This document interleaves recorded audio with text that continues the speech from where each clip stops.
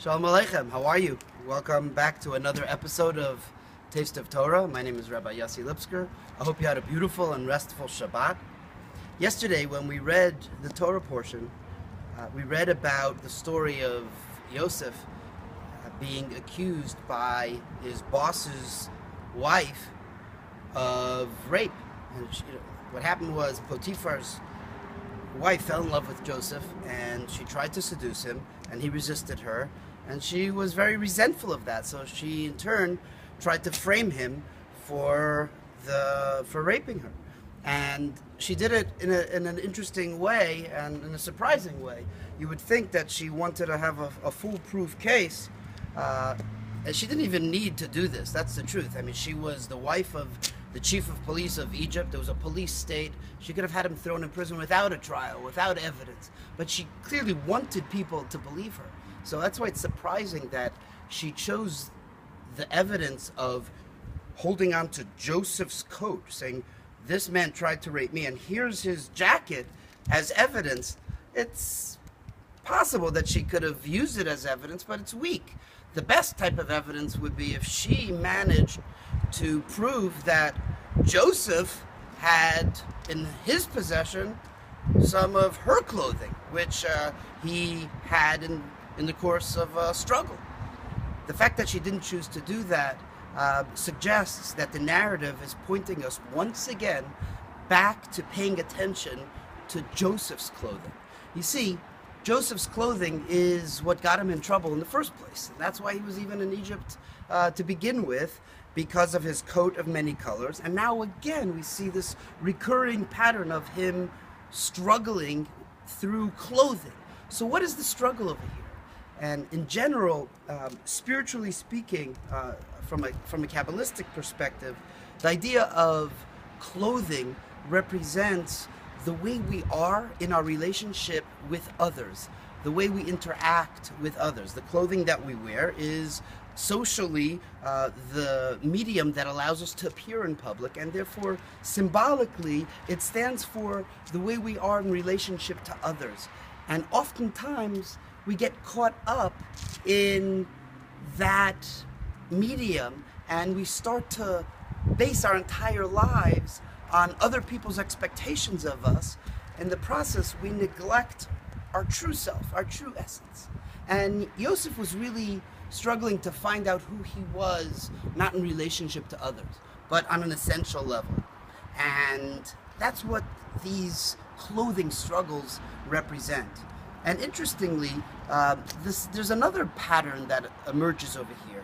Both of the times that we talk about his clothing struggles, it's associated with being either thrown into a pit or a dungeon.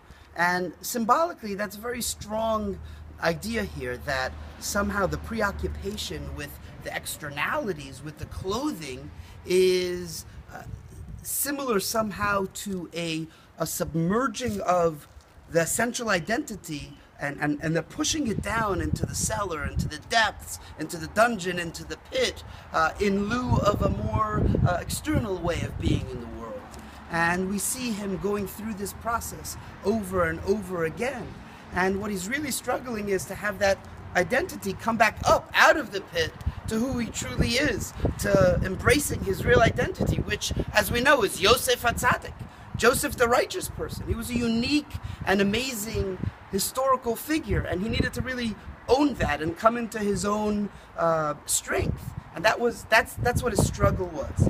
And we see an interesting thing as well. Another recurring pattern was the dreams. In the beginning, the episode of the brothers being jealous and the clothing and the being thrown into a pit also is a result of a dream that he had, dreams that he had. Now, in our story, there are dreams as well, but there's a major difference. And here's where the depth of of last week, and we can still live with it this week, the Torah portion is that a transition takes place, and that's where Yosef finally emerges. Whereas in the past, he was the one who was dreaming, suddenly the transition takes place to where he sees other people being able to dream. He takes other people's dreams into consideration, and he starts to look at other people's sadness, other people's struggles, other people's challenges, and at that moment, he becomes Yosef HaTzadik. When he's able to shift and cross over from a preoccupation with the self, my dreams, towards focusing in a way of selflessness on other people's dreams, suddenly he's able to emerge up out of the pit, out of the dungeon, and truly claim who he is and what he really wants to be. Not how he is in relationship with others, but how he is essentially. And there's a verse in the beginning of the portion that sums this up beautifully. It's a verse that expresses an existential struggle that Joseph was having. He meets this mysterious man that we now know from Rashi as the angel Gabriel. And the man asks him, he's wandering around, Joseph, he's lost, he's aimless. And the man asks him, where are you going? What are you looking for? What are you doing? And so he answers with these beautiful words. He says, Es achai anochi mavakesh. I'm searching for my brothers. And that was a glimpse into who his real essence was, what he was really looking for.